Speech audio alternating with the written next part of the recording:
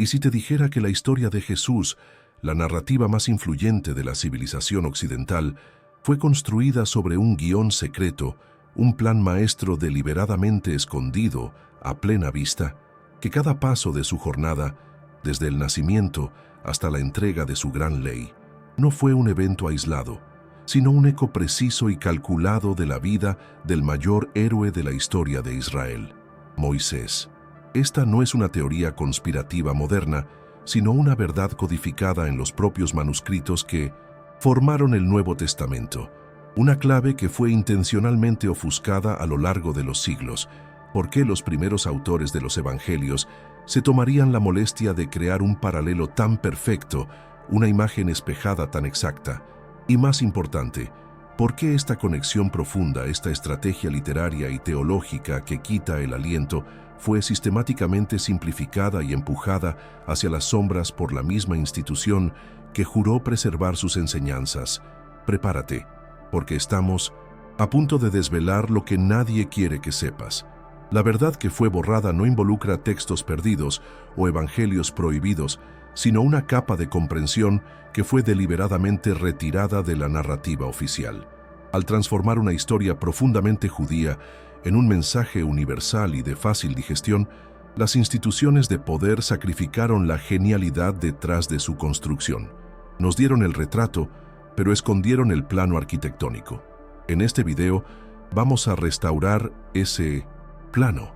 Vamos a conectar los puntos que fueron dejados sueltos, exponiendo un patrón tan innegable que te forzará a cuestionar todo lo que te han enseñado.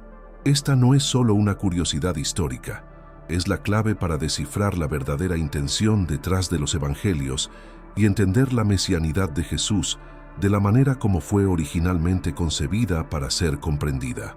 ¿Estás listo para ver el código que reescribe la historia? El viaje hacia la verdad comienza ahora. Bloque 2. Introducción del problema central y tesis. La narrativa que nos fue entregada por siglos es la de un Jesús universal, una figura divina cuyas enseñanzas trascienden cualquier cultura o tradición específica. Somos enseñados a verlo como el Hijo de Dios, que surgió para salvar a toda la humanidad, con su historia comenzando en un pesebre en Belén y culminando en su resurrección. En esta versión popular, Moisés es relegado a un profeta del Antiguo Testamento, una figura importante, pero separada, perteneciente a una era anterior, a una alianza antigua. La conexión entre ellos, cuando es mencionada, es superficial. Moisés trajo la ley, Jesús trajo la gracia. La narrativa oficial crea una línea divisoria clara, casi una ruptura, entre el judaísmo de Moisés y el cristianismo de Jesús, presentando al segundo como un sustituto divino y mejorado del primero, en lugar de su continuación y cumplimiento definitivos. Esta simplificación, aunque eficaz para la conversión en masa, esconde una verdad mucho más compleja y genial. El problema central con esa narrativa oficial es precisamente su simplicidad. Al divorciar a Jesús de sus raíces judías más profundas, borra el contexto esencial sin el cual su misión se vuelve incomprensible para la audiencia a quien él primero se dirigió, el pueblo judío del siglo I. Esta versión pasteurizada ignora la pregunta más crucial: ¿cómo los primeros seguidores de Jesús, todos judíos devotos, convencieron a sus compatriotas de que su maestro era el Mesías prometido? La respuesta no estaba en milagros aislados o en sermones poéticos, sino en demostrar que la vida de Jesús cumplía un patrón profundamente enraizado en la psique y en la profecía judía. La laguna en la historia oficial no es un detalle menor, es la ausencia del propio mecanismo de validación mesiánica, la clave que los evangelistas usaron para probar su tesis. Sin esa clave, vemos la historia, pero perdemos completamente su significado original. Nuestra tesis es audaz y directa. El Evangelio de Mateo, en particular, no es solo una biografía, sino un documento codificado, una obra maestra de tipología literaria proyectada para presentar a Jesús como la reencarnación profética de Moisés. Este código Moisés-Jesús no es una cuestión de interpretación vaga, sino de paralelismos estructurales y temáticos tan precisos que no pueden ser coincidencia.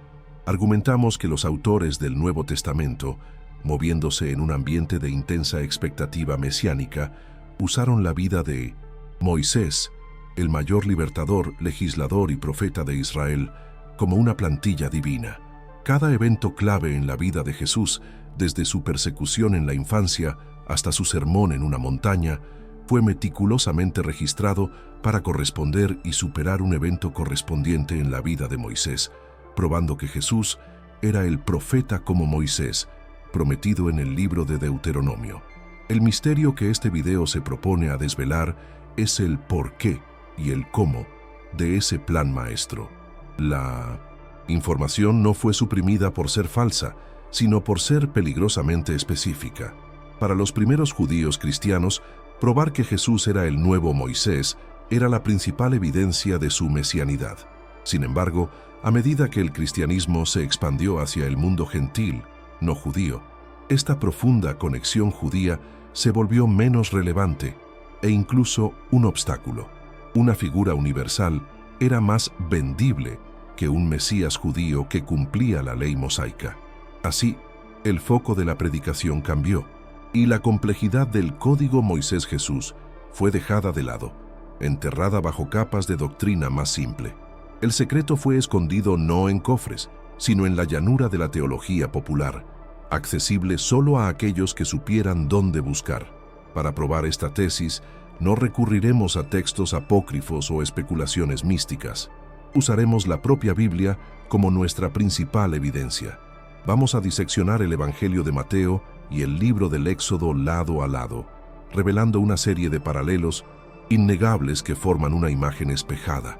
Mostraremos cómo las masacres de bebés ordenadas por Faraón y Herodes, la huida a Egipto, el cruce de las aguas, los 40 días en el desierto y la entrega de la nueva ley en una montaña, no son eventos aleatorios, sino piezas de un rompecabezas teológico perfectamente montado. Cada evidencia que presentemos construirá sobre la anterior, transformando lo que antes parecía coincidencia en prueba irrefutable de un diseño intencional. Prepárate para ver los evangelios de una forma que nunca imaginaste que fuera posible. Ahora, entramos en el corazón de nuestro argumento, el cuerpo de evidencias que transforma la sospecha en certeza. Dejemos de lado la teología simplificada y abramos los textos como un arqueólogo examinaría un sitio antiguo capa por capa. La primera y más chocante capa de evidencias surge en el propio inicio de las historias de Moisés y Jesús, la persecución en la infancia. No se trata de un vago paralelo, sino de una imagen espejada casi idéntica. En ambas narrativas, un tirano paranoico, temiendo el ascenso de un libertador profetizado entre un pueblo subyugado, emite un decreto genocida.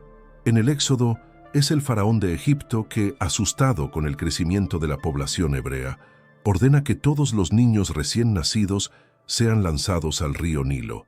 Una orden brutal, nacida del miedo de perder el poder, que busca cortar el mal de raíz, eliminando una generación entera de potenciales líderes. Este acto de crueldad estatal establece el escenario para la intervención divina y la milagrosa salvación del héroe de la historia. En el Evangelio de Mateo, el guión se repite con una precisión aterradora. El tirano ahora es Herodes, el Grande, rey de Judea.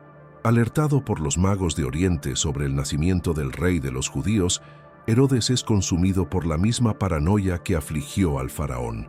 Su miedo de un rival al trono lo lleva a una atrocidad de escala similar, la infame masacre de los inocentes. Él ordena la muerte de todos los niños de 2 años para abajo en Belén y sus alrededores. Análisis textuales muestran que Mateo no está solo relatando un evento histórico, sino que está deliberadamente evocando la imagen del faraón.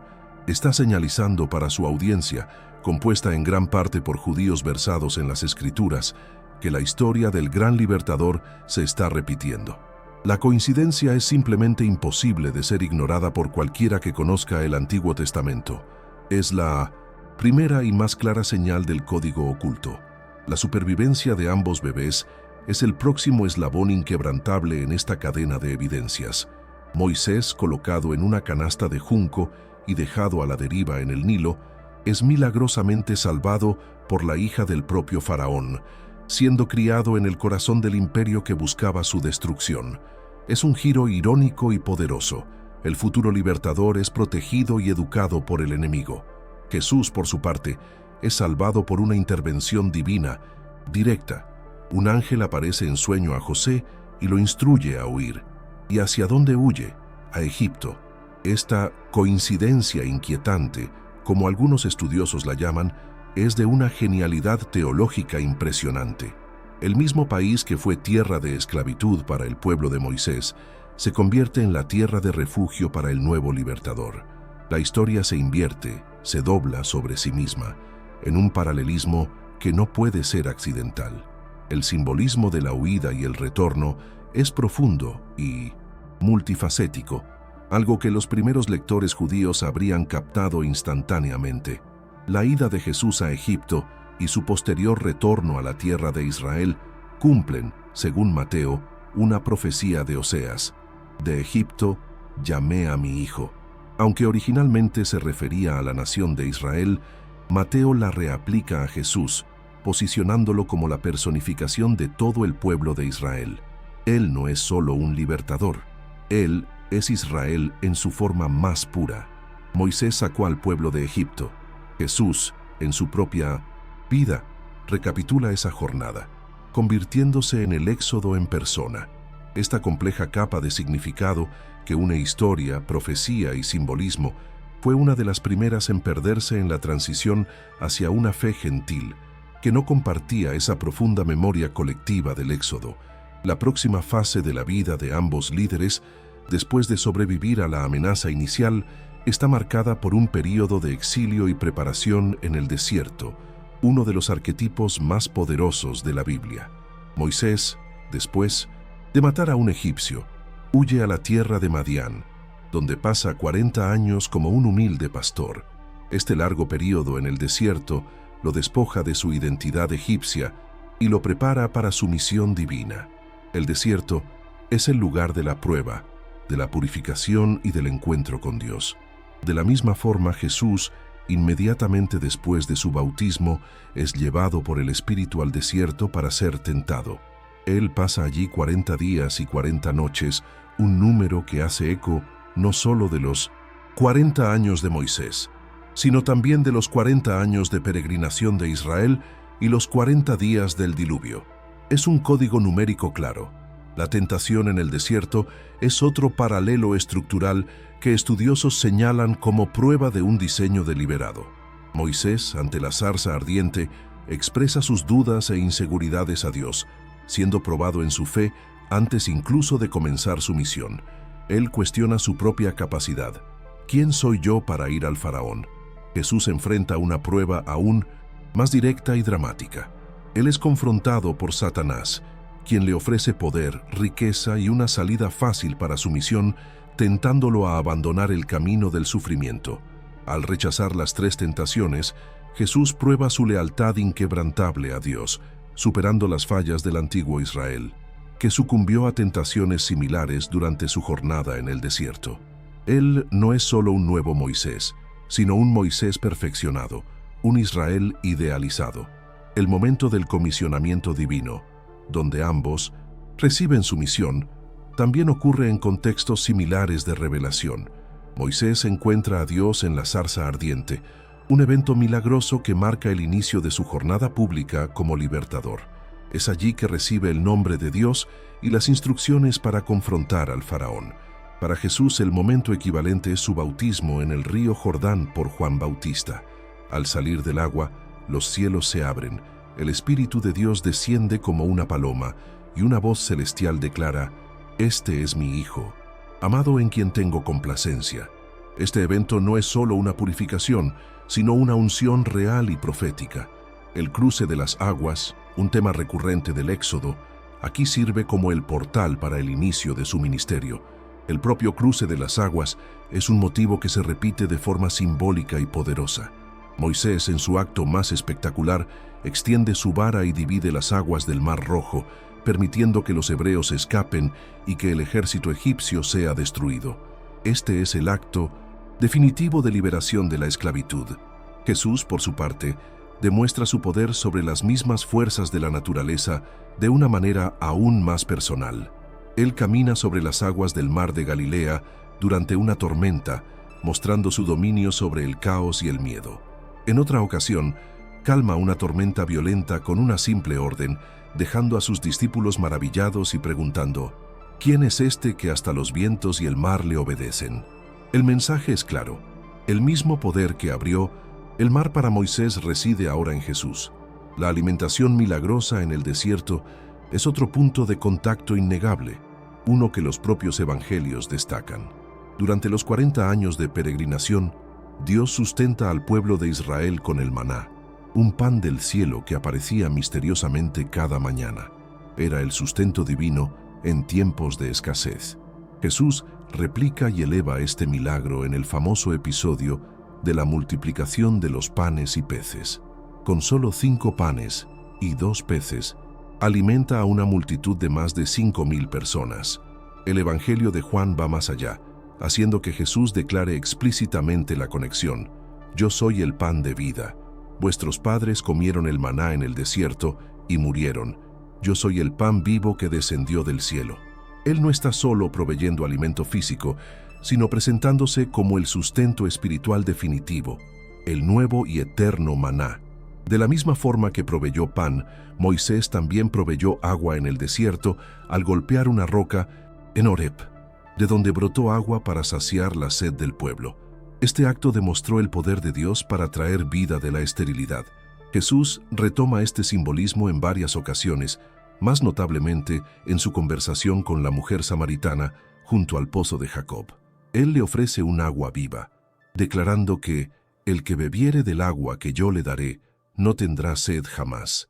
Esta no es solo una metáfora poética. Para una audiencia del siglo I, es una reivindicación directa de ser la fuente de la vida espiritual, el cumplimiento de la promesa de Dios de saciar la sed de su pueblo. Él es la roca de la cual fluye la nueva agua de la salvación. La estructura de liderazgo que ambos establecen también es un espejo.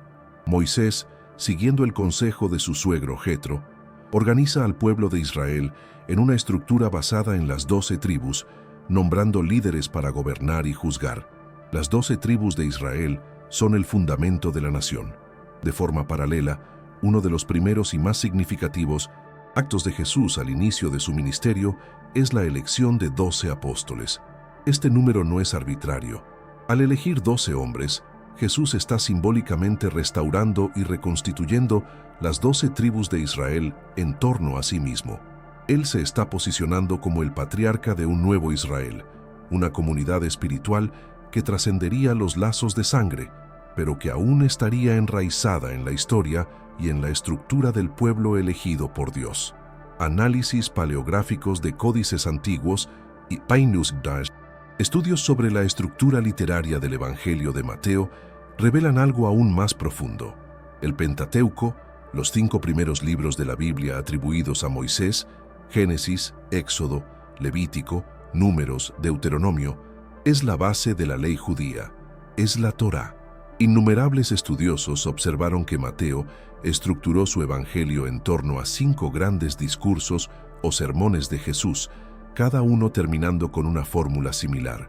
Y aconteció que, concluyendo Jesús estos discursos, estos 5 bloques de enseñanzas son vistos como un intento deliberado de crear un nuevo Pentateuco, una nueva Torá, con Jesús como el nuevo y definitivo legislador, cumpliendo y perfeccionando la ley de Moisés.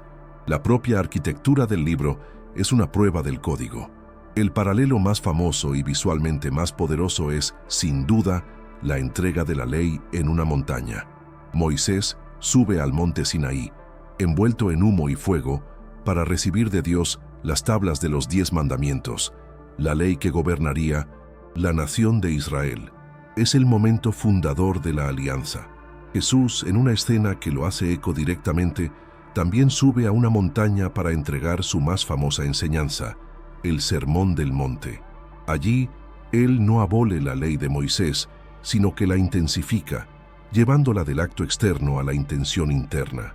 Él repetidamente usa la fórmula «oísteis que fue dicho», Pero yo os digo, posicionándose como una autoridad igual, si no superior, a la de Moisés, capaz de interpretar y perfeccionar la propia ley de Dios. Dentro del Sermón del Monte, las bienaventuranzas funcionan como los nuevos 10 mandamientos. Mientras que los mandamientos del Sinaí son en gran parte prohibiciones, no matarás, no robarás, las bienaventuranzas son promesas y declaraciones de bendiciones. Bienaventurados los pobres de espíritu, bienaventurados los que lloran. Este cambio de tono, de una ley de restricción a una ley de liberación interior, es fundamental. Jesús no está entregando un código legal para una nación, sino un camino espiritual para un reino.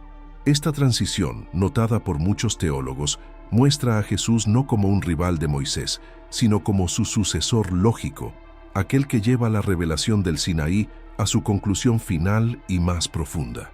El episodio de la Transfiguración es tal vez el momento en que el código se vuelve más explícito. Jesús lleva a Pedro, Santiago y Juan a una alta montaña y es transfigurado ante ellos. Su rostro resplandeció como el sol y sus vestidos se volvieron blancos como la luz. ¿Y quién aparece a su lado conversando con él? Moisés y Elías. Este no es un encuentro casual. Moisés representa la ley, la Torá, y Elías representa a los profetas. Al aparecer entre ellos, en un estado glorificado, Jesús es visualmente presentado como el cumplimiento de ambos. Él es el punto hacia el cual toda la historia de la salvación judía, tanto la ley como los profetas, apuntaba. La voz de Dios entonces confirma esto, diciendo para escucharlo, transfiriendo la autoridad de Moisés y Elías a Jesús. Otra coincidencia inquietante reside en el brillo del rostro. Después de su encuentro con Dios en el monte Sinaí, el rostro de Moisés brillaba con tal intensidad que necesitaba cubrirlo con un velo para que el pueblo no tuviera miedo. Él reflejaba la gloria de Dios. En la transfiguración, el rostro de Jesús no solo refleja la gloria, la emana desde adentro. Él es la fuente de la luz. Este detalle sutil, pero poderoso, es una pieza más de la argumentación de los evangelistas. Jesús no es solo un reflejo de la gloria divina como Moisés, Él es la propia encarnación de esa gloria. Cada detalle de la narrativa está proyectado para elevar a Jesús, mostrándolo como el cumplimiento y la superación del modelo mosaico. El papel de mediador es central tanto para Moisés como para Jesús. Moisés actuó como el intermediario entre un Dios santo y un pueblo pecador. Él subía a la montaña para hablar con Dios en nombre del pueblo y bajaba para entregar la voluntad de Dios al pueblo. Él intercedió por ellos cuando pecaron con el becerro de oro, ofreciendo su propia vida a cambio de las de ellos. Jesús es presentado como el mediador supremo de la nueva alianza. La epístola a los Hebreos, en particular, desarrolla extensivamente este tema, argumentando que Jesús es un mediador superior a Moisés, pues su alianza no está basada en sacrificios de animales, sino en su propio sacrificio, y no está escrita en tablas de piedra, sino en los corazones de los hombres. La profecía de Deuteronomio 18:15 es para muchos investigadores el arma humeante de este caso. En el texto, el propio Moisés declara al pueblo de Israel: Jehová tu Dios te levantará profeta de en medio de ti, de tus hermanos, como yo, a él oiréis. Esta profecía creó una expectativa duradera en el judaísmo por la venida de un segundo Moisés, un líder profético que restauraría a Israel. Los autores de los evangelios, especialmente el autor de Hechos de los Apóstoles, citan y aluden a este pasaje repetidamente, aplicándolo directamente a Jesús. Todo el esfuerzo para trazar los paralelos que estamos discutiendo tenía un objetivo principal: probar, sin sombra de duda, que Jesús era el cumplimiento de esa profecía específica. Él era el profeta como Moisés que el pueblo esperaba. El rechazo por su propio pueblo es un tema doloroso y común a ambos. Moisés, a pesar de haber sido criado como príncipe y de haber liberado a los hebreos, enfrentó constantes murmuraciones, rebeliones y conspiraciones durante los 40 años en el desierto. El pueblo cuestionó su autoridad, deseó volver a Egipto y desafió su liderazgo en varias ocasiones. De manera similar, Jesús, a pesar de sus milagros y enseñanzas, fue ampliamente rechazado por las autoridades religiosas de su tiempo, los fariseos y saduceos. El Evangelio de Juan resume esto de forma punzante. A lo suyo vino, y los suyos no le recibieron. Este rechazo compartido refuerza el arquetipo del siervo sufriente y del profeta sin honra en su propia tierra. Ambos líderes también comparten un patrón de milagros que demuestran el poder de Dios sobre el orden natural. Moisés invocó las 10 plagas sobre Egipto, controlando enfermedades, animales y el clima para quebrar la terquedad del faraón. Jesús, por su parte, realiza una serie de milagros de sanidad. Sana leprosos, ciegos, paralíticos y expulsa demonios. Mientras que los milagros de Moisés son en gran parte punitivos y a escala nacional, los de Jesús son restauradores y personales, mostrando un cambio en el carácter de la intervención divina. Sin embargo, la estructura subyacente es la misma, un hombre actuando como el canal del poder de Dios en la tierra, alterando la realidad para cumplir un propósito divino.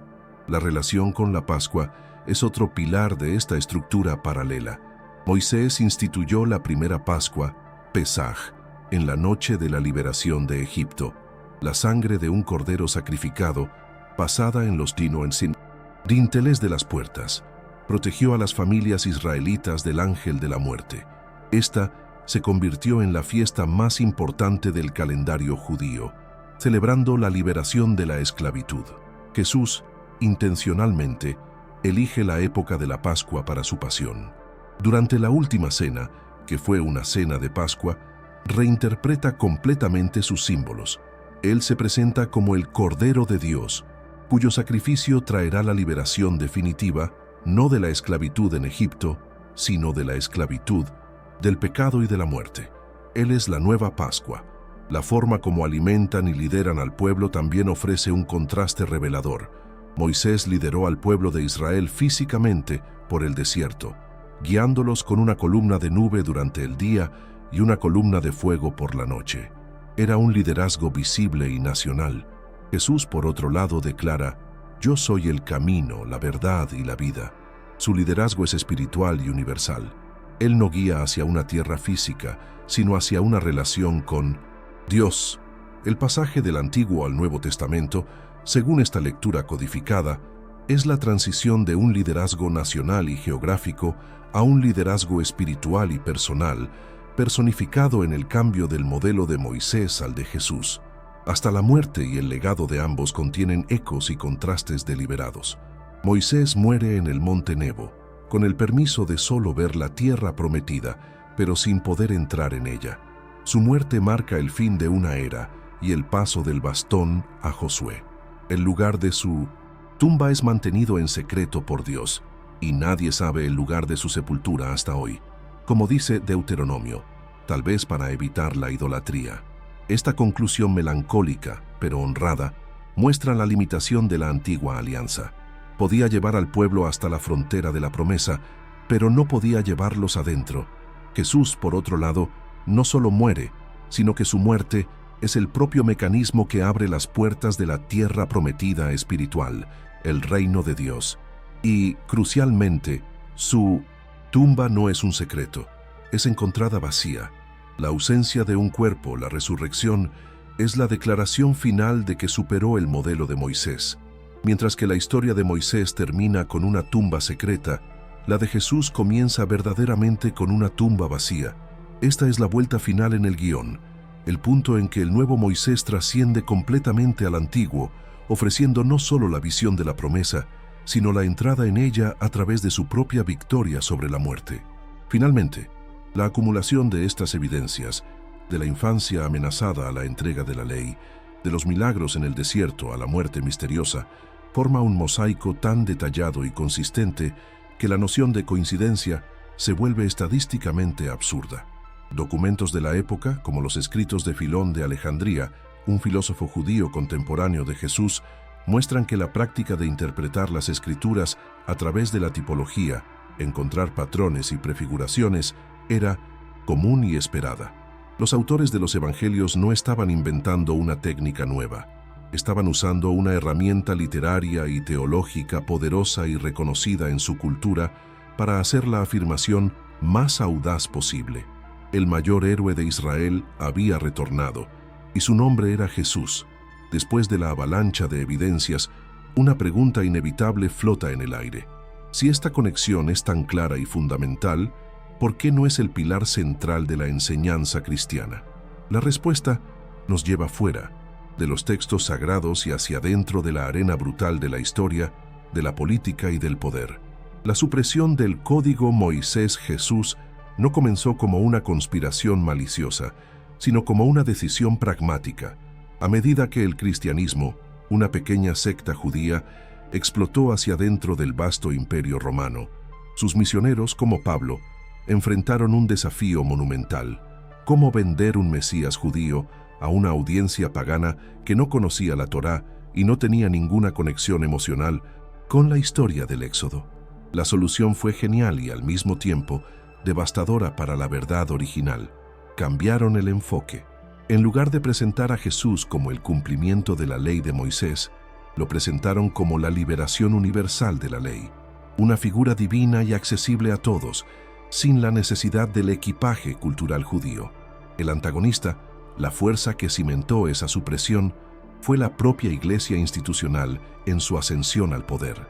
Con la conversión del emperador Constantino en el siglo IV, el cristianismo pasó de una fe perseguida a una religión de Estado.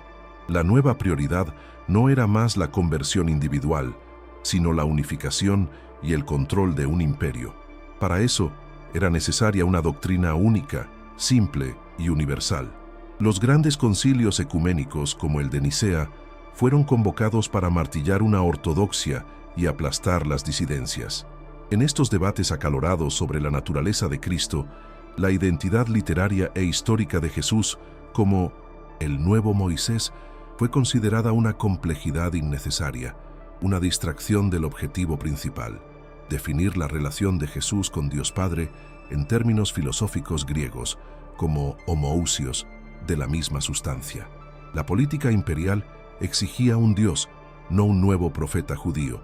Los actos de supresión no fueron quemas de libros, sino reinterpretaciones forzadas y silenciamientos estratégicos. Teólogos influyentes como Marción, en el siglo II, llegaron a predicar que el Dios del Antiguo Testamento era una divinidad inferior e iracunda, y que Jesús representaba un Dios de amor completamente diferente y superior.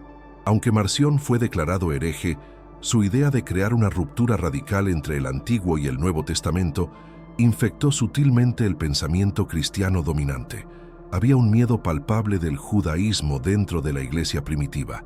Enfatizar demasiado la conexión de Jesús con Moisés y la ley judía era visto como un riesgo, un retroceso, un acto de judaizar la fe. Para afirmarse como una religión distinta y superior, la iglesia necesitaba cortar, o al menos parecer cortar, el cordón umbilical que la ligaba a su madre, la religión judía. El motivo principal detrás de esta ocultación fue, en última instancia, el control. Una narrativa compleja, llena de matices y que exige un profundo conocimiento de las escrituras judías, incentiva el cuestionamiento y la interpretación individual. Una narrativa simple, basada en dogmas claros y en una dicotomía de bien contra mal o fe contra obras, es mucho más fácil de manejar. Al oscurecer el código Moisés-Jesús, el liderazgo de la Iglesia efectivamente removió una herramienta poderosa de interpretación de las manos del laico, haciéndolo dependiente de la autoridad del clero, para entender las verdades de la fe. La supresión transformó a los creyentes de estudiantes activos de las Escrituras en receptores pasivos de la doctrina oficial, un movimiento que solidificó la jerarquía y el poder de la institución por más de un milenio. La dramatización de esa supresión puede ser vista en el propio arte cristiano a lo largo de los siglos. Las representaciones medievales y renacentistas raramente colocan a Jesús y Moisés lado a lado en pie de igualdad. Moisés es frecuentemente retratado como una figura severa y antigua, sosteniendo las tablas de la ley, mientras que Jesús es el Salvador gentil y luminoso. Esta iconografía visual refuerza la teología de la sustitución. El método de predicación también cambió. Los sermones pasaron a enfocar en la moralidad, en los milagros como prueba de divinidad y en la pasión como un sacrificio místico, mientras que la intrincada tapicería de cumplimiento profético que liga a Jesús con Moisés era raramente tejida para la congregación. La verdad no fue quemada, fue simplemente dejada para acumular polvo en los estantes de las bibliotecas monásticas, considerada un conocimiento para especialistas, no para las masas. Las consecuencias de esa pérdida fueron profundas. Sin el entendimiento de Jesús como el nuevo Moisés, la conexión entre el Antiguo y el Nuevo Testamento se vuelve tenue y confusa para muchos.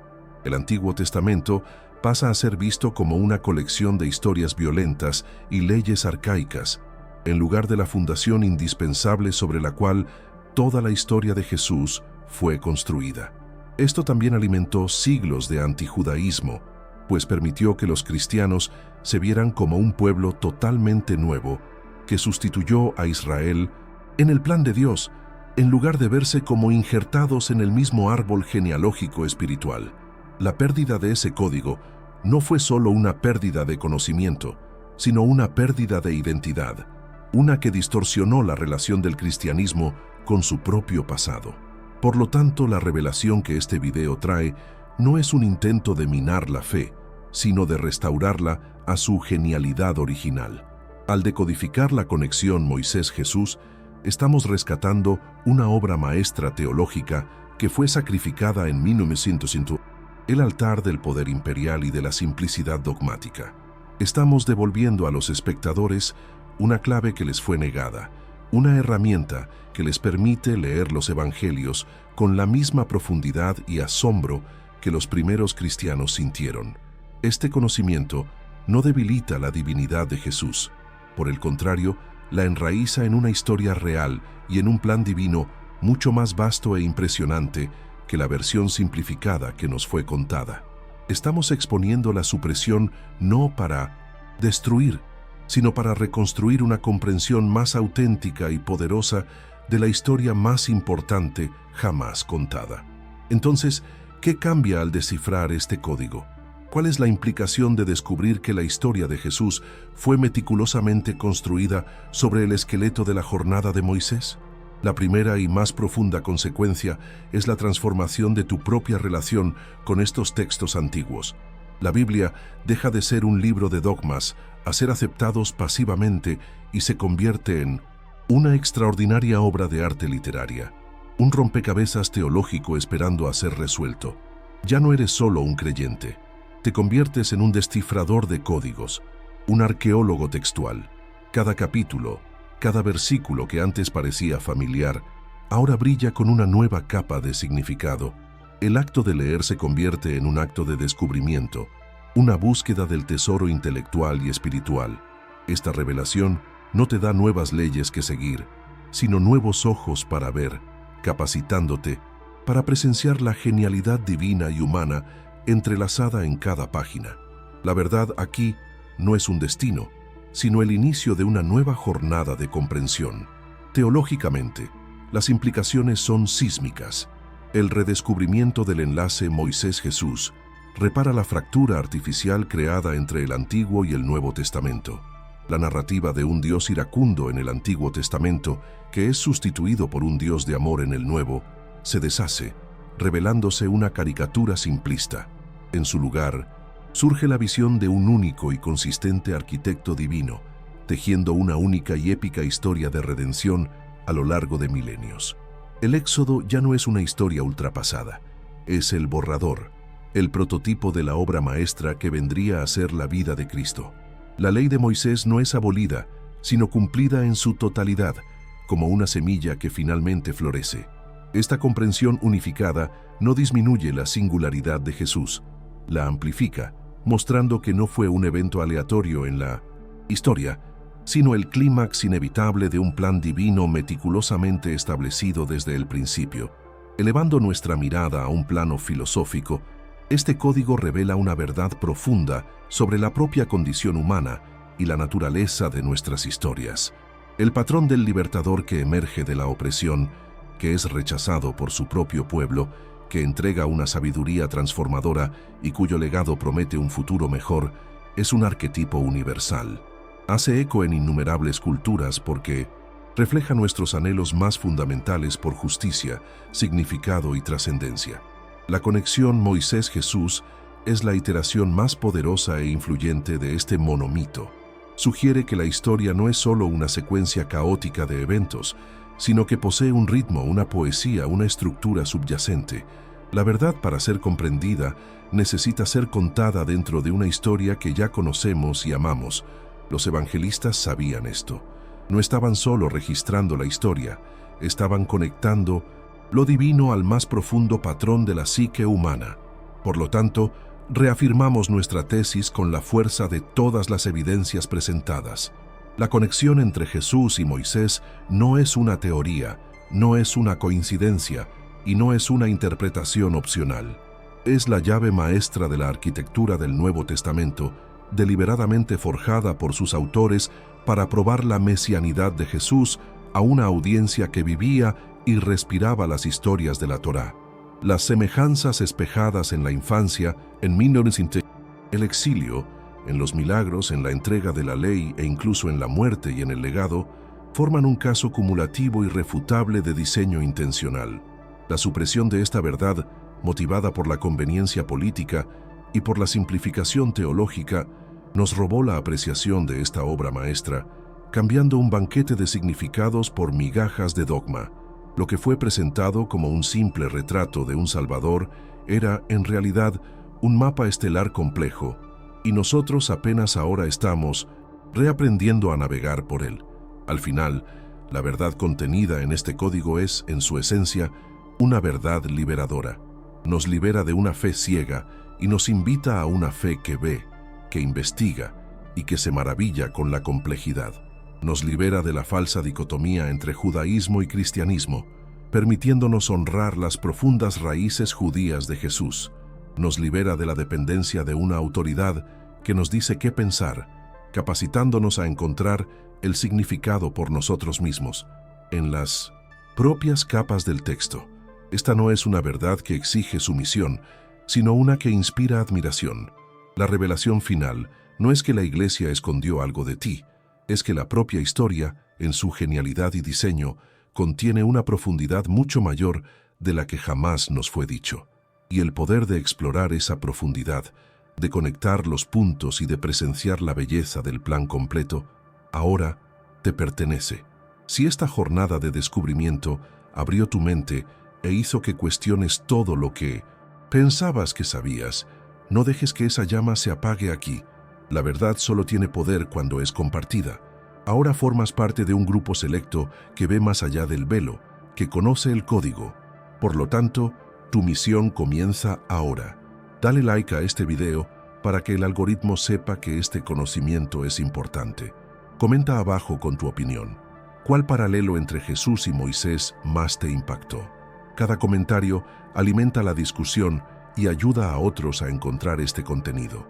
Y lo más importante, comparte este video con al menos una persona que crees que está lista para tener su percepción de la historia transformada. Suscríbete al canal y activa las notificaciones, porque apenas estamos comenzando a arañar la superficie de los secretos que fueron escondidos de nosotros. Únete a nuestra comunidad de buscadores de la verdad, porque juntos podemos reescribir la narrativa que nos fue impuesta.